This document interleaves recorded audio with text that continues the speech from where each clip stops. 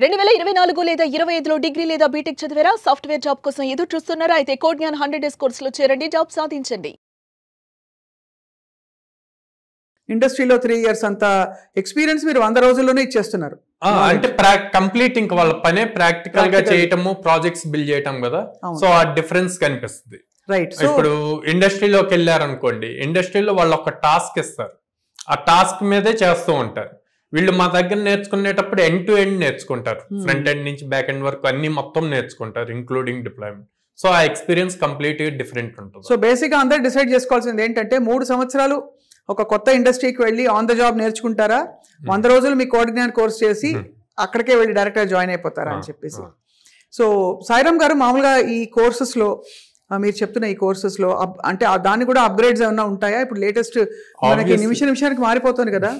So మీకు ఇచ్చే instructors, courses ఇచ్చే ఇన్స్ట్రక్టర్స్ కూడా అప్ టు డేట్ ఉంటారు? అయితే అప్ టు డేట్ అంటే వాళ్ళు ఎప్పటికప్పుడు లెర్నింగ్ అవుతూనే ఉండాలి మేడం. అవ్వకపోతే కష్టం అసలు, ఎందుకంటే వాళ్ళు అయితేనే కదా స్టూడెంట్స్ ట్రైన్ చేయగలరు. అవును.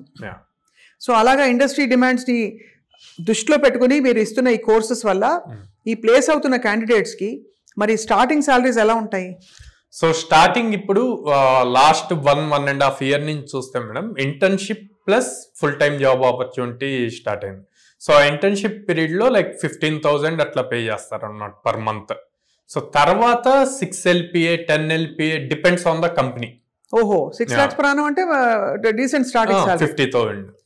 సో ఇదివరకు వచ్చేసరికి మనం ఒక 2 years బ్యాక్ వర్క్ ఎట్లా ఉండేదంటే, క్యాంపస్ నుంచి హైర్ చేశాక వీళ్ళకి ప్రొబేషన్ పీరియడ్ ఉండి ట్రైనింగ్ పీరియడ్ ఉంటుంది. సో ఆ ట్రైనింగ్ అయిపోయాక మళ్ళీ ఎగ్జామ్ కండక్ట్ చేసి తీసుకునేవాళ్ళు. ఇప్పుడు ఏంటంటే ఆ ట్రైనింగ్ పీరియడ్ కాకుండా ఇంటర్న్షిప్ పీరియడ్ అని చెప్పి పెట్టారు. సో ఈ ఇంటర్న్షిప్ కి 4.2 నుంచి ఎలిజిబుల్ అనమాట. ఓహో, 4.2 నుంచి మొదలు పెట్టచ్చు, లాస్ట్ సెమిస్టర్ నుంచే స్టార్ట్ చేయొచ్చు. ఆ ఇంటర్న్షిప్ టైంలో గనక వీళ్ళు బాగా పెర్ఫామ్ చేశారు అంటే అక్కడే డైరెక్ట్ గా ఫుల్ టైం కి అవుతారు. ఫ్రెష్ గ్రాడ్యుయేట్స్ కి ఇప్పుడు ప్రస్తుతం ఐటీ ఇండస్ట్రీ ఎలాంటి ఆపర్చునిటీస్ క్రియేట్ చేస్తుందండి? ప్రజెంట్ అయితే మార్కెట్ బాగానే ఉంది మేడం. కొత్తగా ఎలా క్రియేట్ చేస్తుందో అంటే ఏఐ రిలేటెడ్ క్రియేట్ అవుతుంది బాగా, డేటా సైన్స్ బేస్ చేసి. ఫ్రెషర్స్ కి ఇంకొక 1.5 year అంటే ఎవరైతే ఇప్పుడు సెకండ్ ఇయర్ థర్డ్ ఇయర్ లో ఉన్నారో వీళ్ళు చాలా హ్యూజ్ డిఫరెన్స్ చూస్తారు వాళ్ళు బయటకు వచ్చేసరికి. అన్ని ఆటోమేషన్ అవుతున్నాయి, బేసిక్ లెవెల్ జాబ్స్ ఉండట్లేదు. సో ఏఐ టూల్స్ యూజ్ చేయటం అది రావాలి. అందరూ లే ఆఫ్స్ జరుగుతున్నాయి అని చెప్పి మాట్లాడుతున్నారు. అంతకి 2-3 times ఎక్కువ జాబ్స్ క్రియేట్ అవుతాయి మేడం. ఎందుకంటే ఏఐ ఆర్టిఫిషియల్ గా ఒక ఇంటెలిజెన్స్ క్రియేట్ చేయాలి.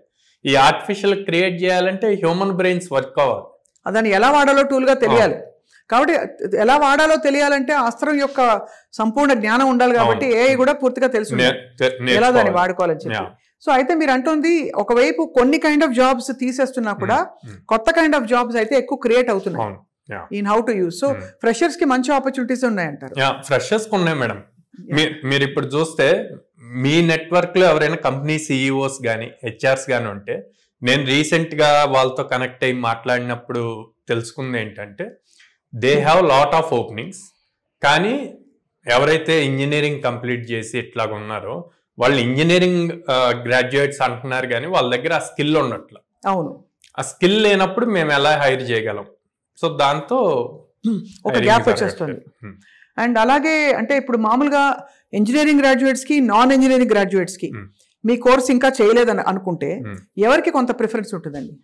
ఇంజనీరింగ్ వాళ్ళకే ఉంటుంది కొంత ప్రిఫరెన్స్ ఉంటుంది. ఎలాంటి ఇంజనీరింగ్ కాలేజ్ అయినా పర్లేదు, చిన్న చితక కాలేజ్ అయినా పర్లేదు. మరి బీటెక్ అని ఉంటే అంటే డిగ్రీ వాళ్ళకన్నా కూడా బీటెక్ వాళ్ళకే ఆపర్చునిటీస్ ఇండస్ట్రీలో ఎక్కువగా ఉన్నాయి.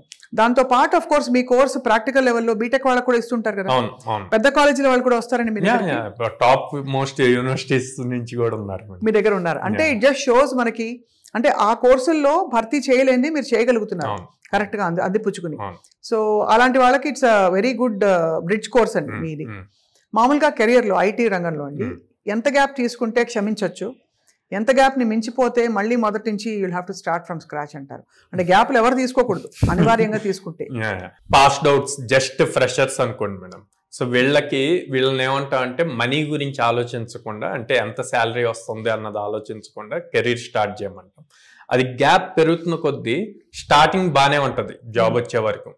రేపు ఒక 4 years 5 years అయ్యాక టీమ్ లీడ్ పొజిషన్కి వెళ్ళినప్పుడు వీళ్ళ ప్రొఫైల్ మొత్తం చెక్ చేస్తారు, ఎప్పటి నుంచి వర్క్ చేస్తున్నారు ఏంటి అది చూసినప్పుడు ఈ గ్యాప్ ఉన్నా సరే వీళ్ళ పెర్ఫార్మెన్స్ బాగున్నా ఈ గ్యాప్ ఉందని చెప్పి వేరే వాళ్ళకి ఇస్తారన్నమాట.